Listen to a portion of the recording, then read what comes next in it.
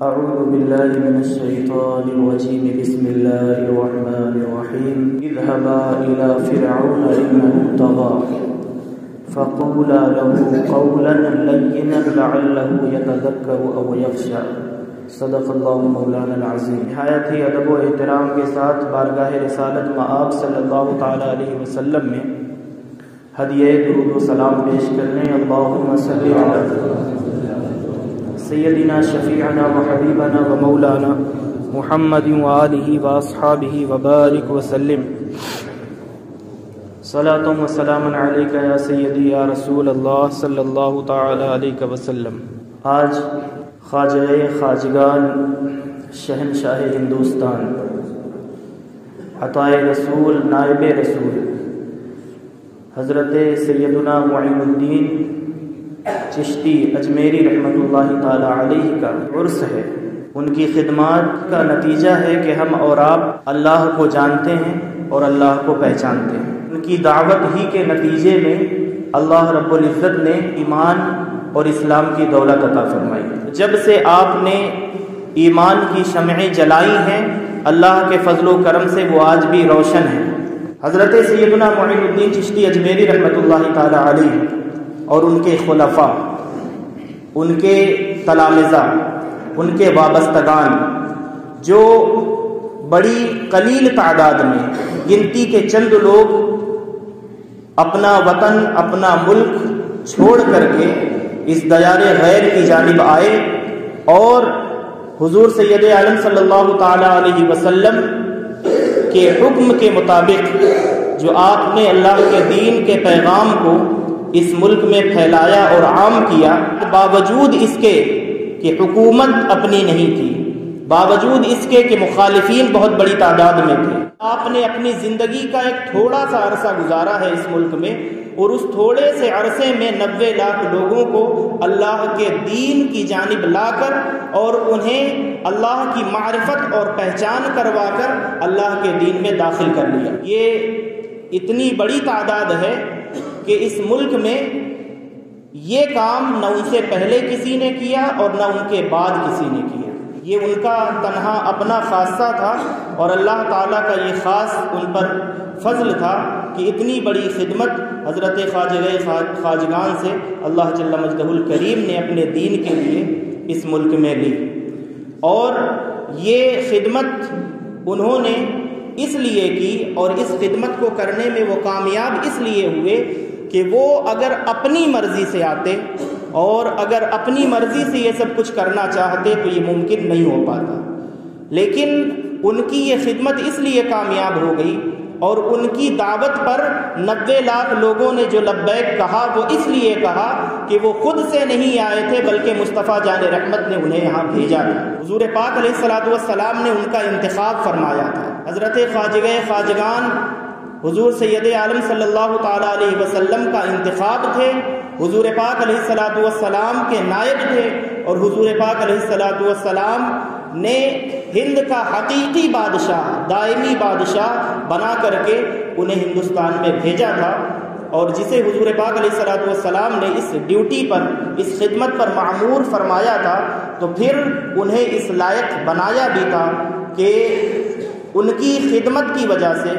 ان کی دعوت کی وجہ سے، ان کے اخلاق اور کردار کی وجہ سے جو بھی غیر بن کر کے آیا، جو پرایا بن کر کے آیا اور جو دشمن بھی بن کر کے آیا، لیکن جب وہ آپ کی بارگاہ میں آیا اور آپ کی محفل اور مجلس میں اسے بیٹھنے کا شرف نصیب ہوا تو جب وہ آپ کی محفل سے اٹھ کر کے جانے لگا تو آیا تھا پرایا بن کر، لیکن جب گیا ہے تو اپنا بن کر گیا۔ جب آیا تھا تو دشمن بن کر کے آیا، لیکن جب لوٹا ہے تو دوست بن کر کے لوٹا ہے۔ جب آیا تھا تو بھلے بڑے سوالات لے کر کے آیا، لیکن جب آپ کی خدمت میں اس نے جو بھی وقت گزارا تو وقت گزارنے کے بعد جب وہ آپ کے دربار سے وہ لوٹا ہے تو ابھی تک تو خود اس کے پاس ایمان نہیں تھا، لیکن غریب نواز کی صحبت اور ان کے فیض کا اثر یہ ہوا کہ آپ کے دربار میں آنے والا ہر فرد جب آیا تھا تو کافر بن کر کے آیا تھا، جب لوٹا ہے تو مومن بن کر کے لوٹا ہے۔ جب آیا تو اس کے پاس اللہ کی کوئی پہچان اور کوئی معرفت نہیں تھی، وہ نہ اللہ کو جانتا تھا نہ اللہ کے دین کو جانتا تھا، لیکن غریب نواز کی صحبت نے اسے اللہ کی بھی پہچان کروائی، اللہ کے رسول کی معرفت عطا کی، قرآن کا پیغام اس تک پہنچایا، اور اپنے اخلاق اور کردار کے ذریعے سے دین، شریعت، قرآن اور سنت ہمیشہ ہمیشہ کے لیے اس کے قلب میں، اس کی روح میں اور اس کے دل اور دماغ میں اتار دیا۔ یہ حضرت خواجہ خواجگان کا وہ عظیم ترین کارنامہ ہے کہ پوری دنیا کو چھوڑ دیں لیکن ہندوستان بھر کے مسلمان، اور جب ہندوستان کہا جائے تو آج کا بھارت نہیں، وہ اس وقت کا بھارت کہ جس میں پاکستان، بنگلہ دیش اور اس طرح کے بہت سے ممالک شامل ہیں، اس وقت کا ہندوستان، اس وقت کا بھارت۔ یعنی آج پاکستان میں بسنے والا کوئی شخص ہو، بنگلہ دیش میں بسنے والا کوئی شخص ہو، یا ہم ہندوستانی ہوں، خواجہ خواجگان نے اس امت پر اور ہم ہندوستانیوں پر، پاکستانیوں پر، بنگلہ دیشیوں پر وہ احسان کیا ہے کہ ہماری پوری نسلیں جو قیامت تک آئیں گی ان کے اس احسان کے بوجھ کے تلے ہمیشہ دبی رہیں گی۔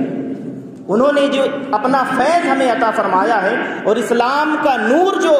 ہماری نسلوں تک منتقل کیا ہے، اللہ کی پہچان کروائی ہے، اللہ کی معرفت جو انہوں نے عطا فرمائی ہے، تو یہ وہ احسان ہے کہ جس احسان کا بدلہ پوری امت، پورے ہندوستانی، پاکستانی، بنگلہ دیشی جو گزر گئے، جو ابھی ہیں اور جو آگے قیامت تک آئیں گے، سب مل کر کے بھی ان کے اس احسان کا بدلہ نہیں دے سکتے۔ ان کے اس احسان کا بدلہ اللہ تعالیٰ ہی انہیں قیامت کے دن عطا فرمائے گا۔ اب جاننا یہ ہے، سمجھنا یہ ہے، مختصر سے وقت میں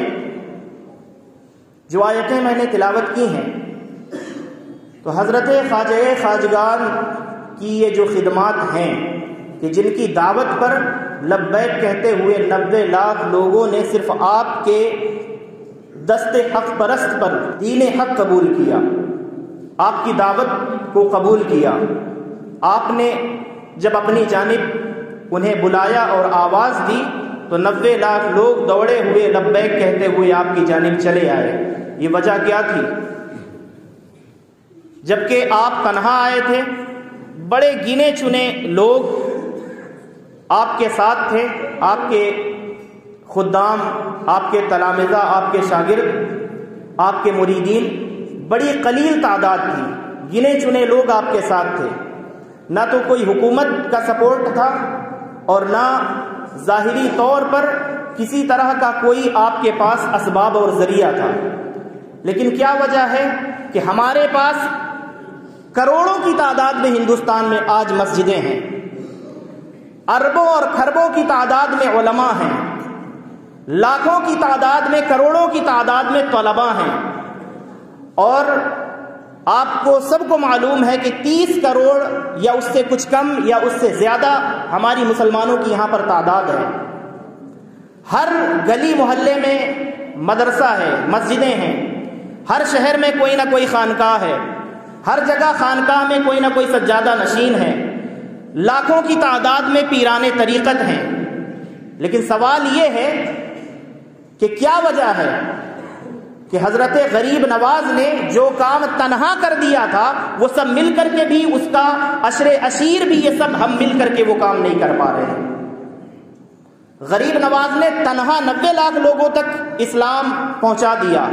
کیا وجہ ہے کہ اتنی خانقاہیں آج موجود ہیں، اتنے علماء موجود ہیں، اتنی مسجدیں، مدارس،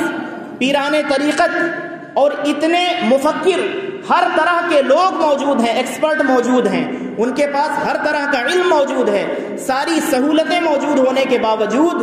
وجہ کیا ہے کہ آج ہم اسلام کے پیغام کو دوسروں تک پہنچانے میں ناکام ہیں، فیل ہیں، سب مل جل کر کے فیل ہیں۔ وجہ کیا ہے؟ وہی وجہ دیکھ لیں، قرآن مجید کی سورہ طٰہٰ کی آیت میں نے تلاوت کی ہے، آیت نمبر 43 اور 44۔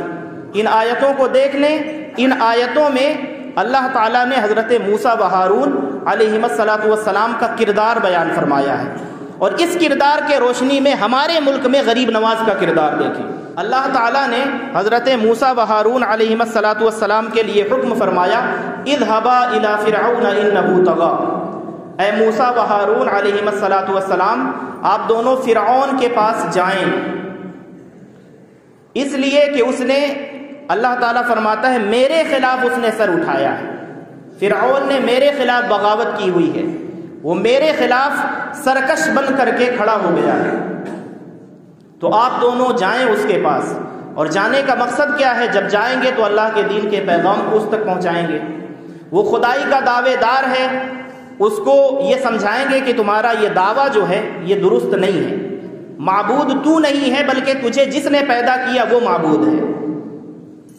تو جب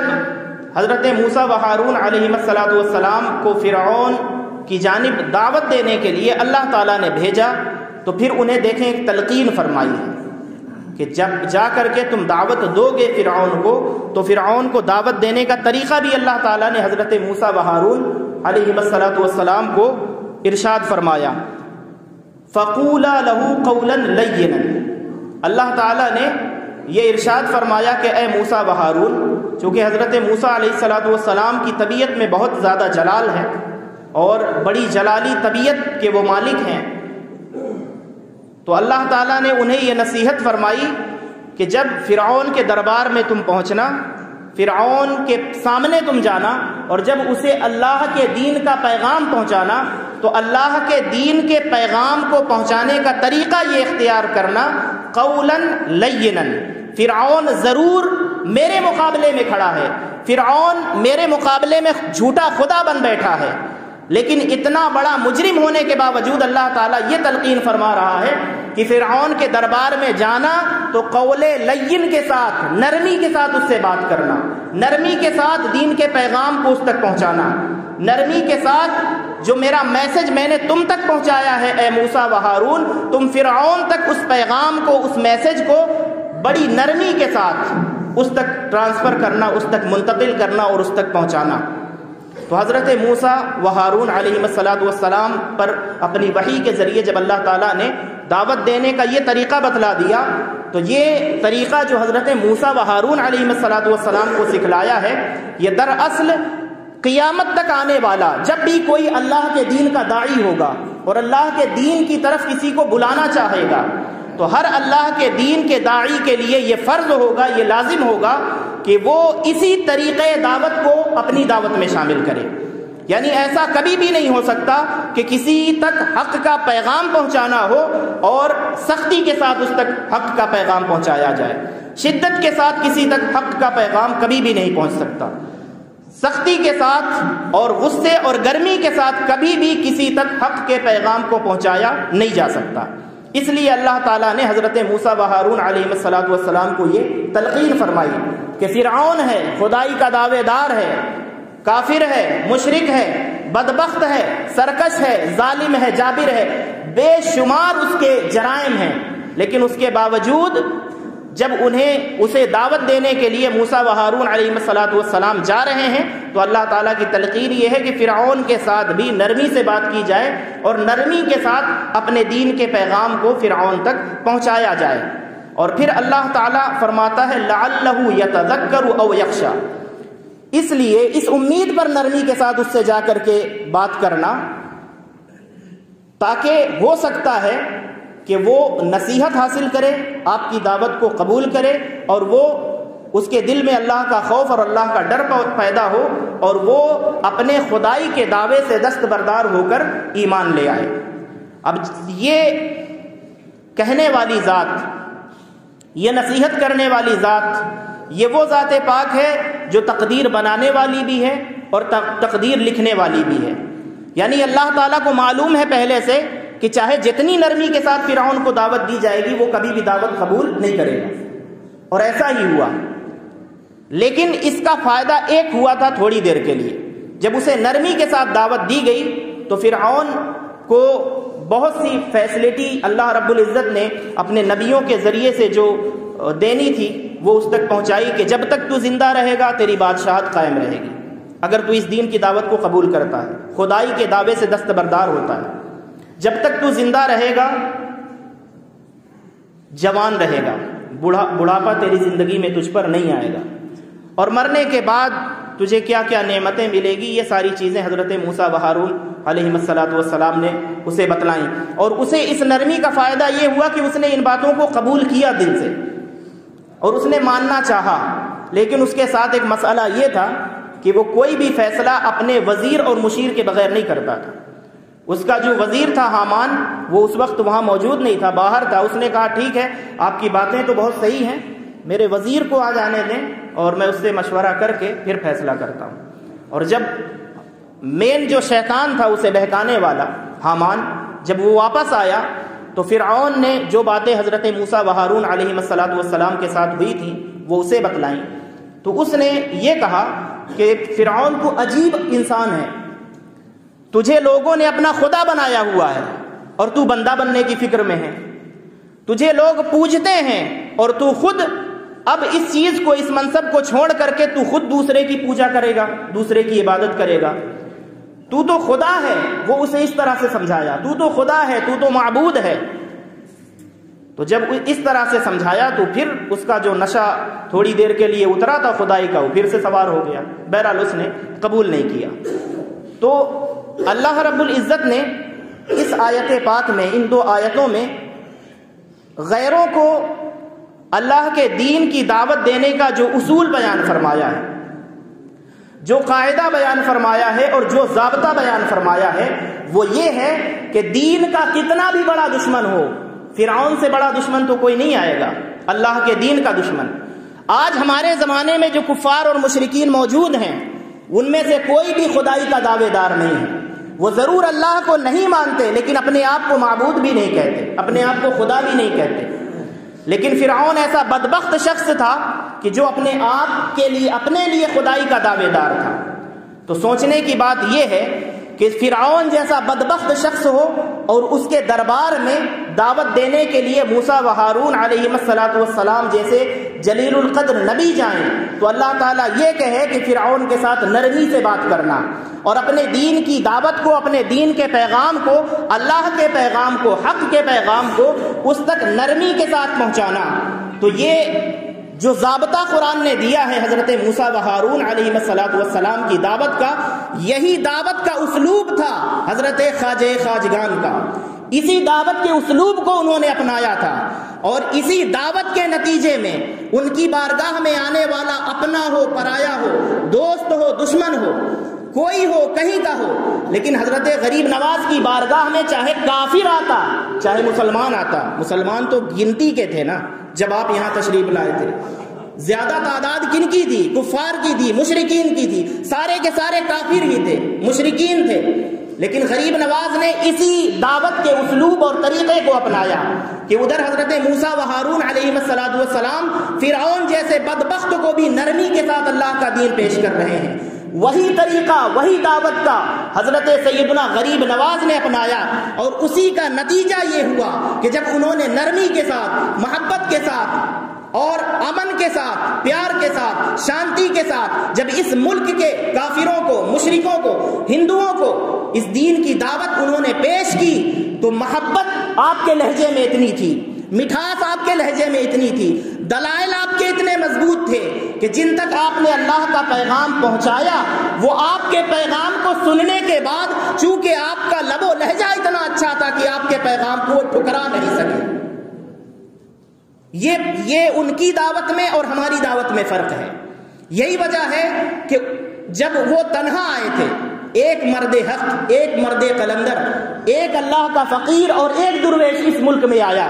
اور اس کی دعوت پر، اس کے ہاتھ پر 90 لاکھ لوگوں نے اسلام کا کلمہ قبول کیا، ان کے کہنے پر اپنے ہزاروں اور لاکھوں معبودوں کو چھوڑ دیا، جنہیں پوجتے تھے انہیں چھوڑ بیٹھے، اور جسے کبھی دیکھا نہیں ہے تو غریب نواز کو دیکھ کر صرف ان کے کہنے کی وجہ سے، جس اللہ کو کبھی دیکھ نہیں سکتے، اسے اپنا معبود تسلیم کر دیا۔ وجہ صرف کیا تھی؟ وجہ یہ تھی کہ غریب نواز کی دعوت میں حلاوت تھی، مٹھاس تھی، لذت تھی، چاشنی تھی، محبت تھی، دین کا سچا درد تھا۔ آج ہم پورے ہندوستانی مسلمانوں کے پاس اس درد کا کوئی 10واں حصہ بھی موجود نہیں ہے۔ اگر وہ حصہ موجود ہوتا تو آج ہمارے زمانے میں لوگ ہمارے ہاتھوں پر بھی تو کلمہ پڑھ رہے ہوتے۔ ہمارے تو کوئی قریب نہیں آنا چاہتا، ہمارے تو کوئی قریب آ کر کے بیٹھنا نہیں چاہتا، اس لیے کہ ہمارا کردار اس طرح کا ہے کہ ہم صرف غریب نواز کا نام لیتے ہیں، ہم بزرگان دین کا صرف نام لیتے ہیں، ان کا تذکرہ کرتے ہیں، لیکن ان کے نقش قدم پر نہ چلتے ہیں، نہ چلنے کی کوشش کرتے ہیں۔ یہ ہمارا جرم ہے اور یہ ہمارا دوغلاپن ہے، یہ ہماری منافقت ہے جس نے ہمیں ڈبویا ہوا ہے کہ اتنی بڑی تعداد میں ہر گلی کوچے میں مسجد ہے، ہر محلے میں مدرسہ کھلا ہوا ہے، اتنے لاکھوں کی تعداد میں مدرسے ہیں، اربوں خربوں کی تعداد میں علماء ہیں، ہر گلی کوچے میں پیران طریقت ہیں، ہر خانقاہ میں سجادہ نشین ہے، ہر مسجد میں امام ہے، مؤذن ہے، اور اتنے کروڑوں کی تعداد میں مسلمان ہیں، پھر بھی سب مل کر کے بھی چند لوگوں کو کلمہ نہیں پڑھا پا رہے ہیں۔ اگر ہم 30 کروڑ ہیں، فرض کریں کہ اگر ہم غریب نواز کا کردار اپناتے ہیں، اگر ہم صحیح معنوں میں ان کے نقش قدم پر چلتے ہیں، تو اگر ہم صحیح معنوں میں ان کی غلامی کا حق ادا کریں اور ایک ایک بندے تک صرف اللہ کا پیغام پہنچائیں، تو آپ سوچ کر کے دیکھیں کہ 30 کروڑ لوگ اگر صحیح معنوں میں غریب نواز کی غلامی کا حق ادا کریں تو ایک دن میں 30 کروڑ کی بجائے 60 کروڑ لوگ اللہ کے دین میں داخل ہو جائیں گے۔ یعنی یہ 30 کروڑ لوگ ایک ایک بندے تک صرف اللہ کا پیغام پہنچائیں اپنے اخلاق کے ذریعے، اپنے کردار کے ذریعے، اور غریب نواز کے کردار کو اپنے کردار میں اتار کر، اپنے آپ کو، اپنی شخصیت کو، اپنے ظاہر اور باطن کو، اپنے اخلاق اور کردار کو ان کے کردار اور ان کے اخلاق کے رنگ میں رنگ کر اگر ہم اس دین کی دعوت کو انہی کے منہج، انہی کے اسلوب اور طریقے کے مطابق پہنچائیں تو آج ہم 30 کروڑ ہیں، موٹی مثال، لیکن اگر ہم انہی کے نقش قدم پر چلیں اور ان کے دین کے پیغام کو پہنچائیں، صرف ایک ایک بندے تک اللہ کا پیغام اگر پہنچ جائے، ہمارے پڑوسی تک پہنچ جائے، تو بھی اللہ کے ماننے والوں کی تعداد آپ خود جوڑ لیں اور اس کا حساب کر لیں کتنی بڑی ہو جائے گی۔ لیکن اصل میں ہم ہیں منافق، اپنے اعمال کی وجہ سے، اپنے کردار کی وجہ سے۔ یعنی بات کچھ ہے کہ ہم غریب نواز کو ماننے والے ہیں، کہاں سے ماننے والے ہیں؟ غریب نواز نے تو 90 لاکھ لوگوں تک اللہ کے دین کے پیغام کو پہنچایا۔ کیا یہ ذمہ داری صرف غریب نواز کی تھی؟ آپ کی ذمہ داری، میری ذمہ داری نہیں ہے، ہم سب کی ذمہ داری ہے۔ اور جب ہم سب کی ذمہ داری ہے تو یہ ذمہ داری پوری کیسے ہوگی؟ صرف لنگر کرنے سے؟ صرف ان کے نام کے جلسے کرنے سے؟ صرف اجمیر چلے جانے سے؟ نہیں، جواب ہے نہیں۔ یہ جو ذمہ داری ہے یہ پوری ہوگی ان کے نقش قدم پر چلنے سے، یہ ذمہ داری پوری ہوگی اپنے کردار کو ان کے کردار کے رنگ میں رنگنے سے، یہ ذمہ داری پوری ہوگی اپنے اخلاق کو ان کے اخلاق کے رنگ میں رنگنے سے۔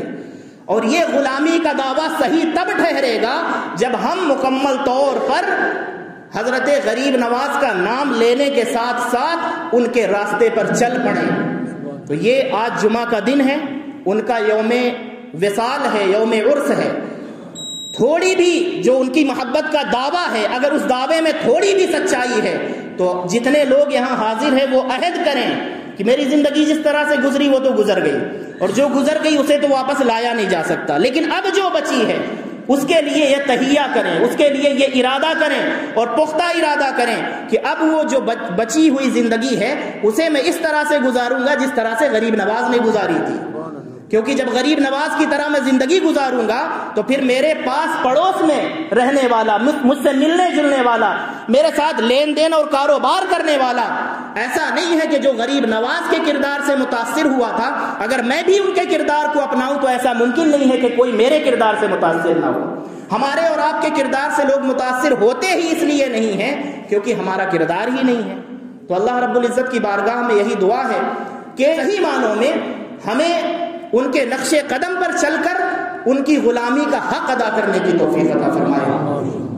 اللہ کے دین کی جو شمعیں خواجہ خواجگان نے اس ملک میں روشن کی ہیں، اللہ جل مجدہ الکریم ان تمام شمعوں کی حفاظت کرنے کی ہمیں توفیق عطا فرمائے۔ جس اسلام کے پرچم کو، علم کو غریب نواز نے بلند کیا تھا، ہمیں اس علم کو یوں ہی بلند رکھنے کی توفیق عطا فرمائے۔